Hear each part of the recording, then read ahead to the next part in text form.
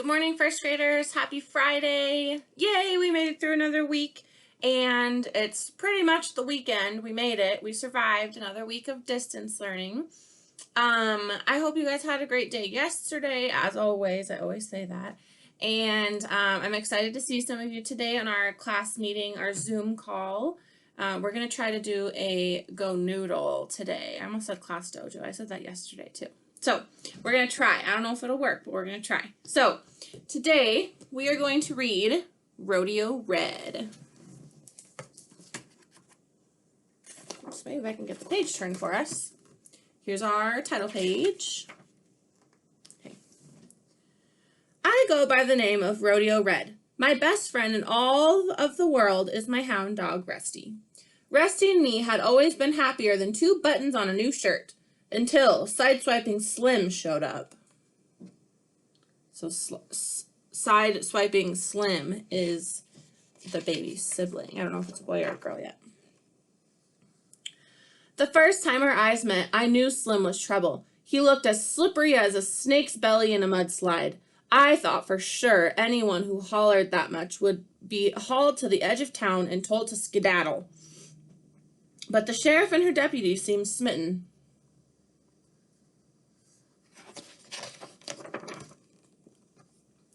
Slim laid low for a while, but gradually he started moving into my territory. I'd come home to find my belongings all in a tumble, my spurs missing, or grape jelly smeared on my favorite hat. Doesn't look happy.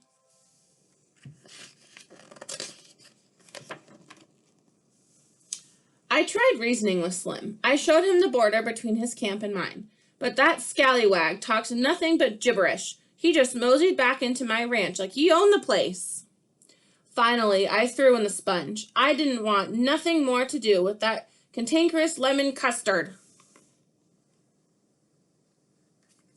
I think they're mad. Then one day, Rusty was nowhere to be found. I looked everywhere for him. I knew right then that Slim was up to his sideswiping ways. It was time for us to go toe-to-toe, eyeball to eyeball. What do you think happened to Rusty? Late that night, I snuck into Slim's camp. There he was, sawing logs, poor Rusty in his clutches. Rusty looks comfortable, I think.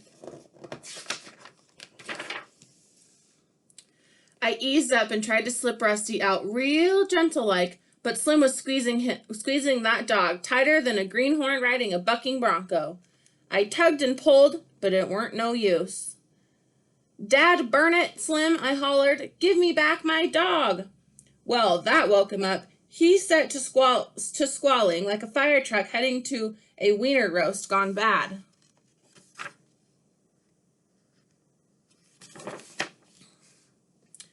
In 2 shakes, the deputy was in there telling me to get. Wouldn't you know, Slim would have the law on his side. I went back to my ranch, feeling lower than a prairie dog's basement. I just had to get Rusty back. I wonder what he's going to do to try and get Rusty back, or if he will get Rusty back. The next day, I snuck back into Slim's camp. I swung my rope and caught Rusty round the middle, but Slim lit into a fit loud enough to cause a stampede. The sheriff showed up, and well, what followed weren't pretty. Would you get in trouble if you did that to your sibling? I think I would get in trouble. I don't think my brother would be very happy. My brother is bigger than me, so I don't think I'd be able to do that to him. She dropped me into a holding cell quicker than you could say lickety-split. I was madder than a bee in a Sunday bonnet. When the sheriff finally let me out, I decided to drown my sorrows and grab some grub. Halfway through my second cookie, I heard a commotion. The stagecoach had arrived with the mail. Ooh, I wonder what is going to be in the mail. Glory be, there was a package for me. It was a belated birthday gift from Aunt Sal. Now, Aunt Sal is a good old gal, but truth be told, she's a city slicker. I was hoping for a sturdy set of boots or a good piece of rope. Instead, I got some sort of varnished varmint. It looks lazy and addle-brained to me. I doubted it could even keep mice out of the barn. And then an idea lit up my noggin. I think I have an idea what he's going to do, but I'm not going to say it because I'm going to try. I sauntered into Slim's camp, bold as a new nickel. I had that sissified simpleton in my arms, cuddling it like it was the best thing I could ever think to do.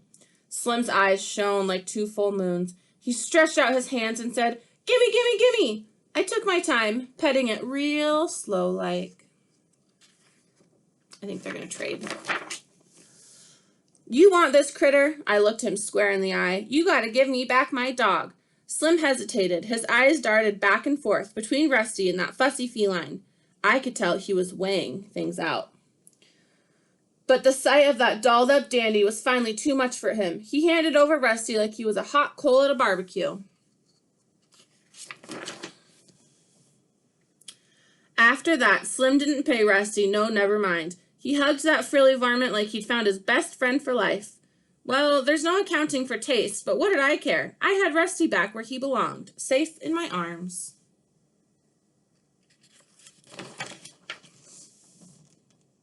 It was time to put my boots up for a spell before the next adventure. I tucked Rusty close, and we headed back to the ranch, happier than 2 freckles on a sunny cheek.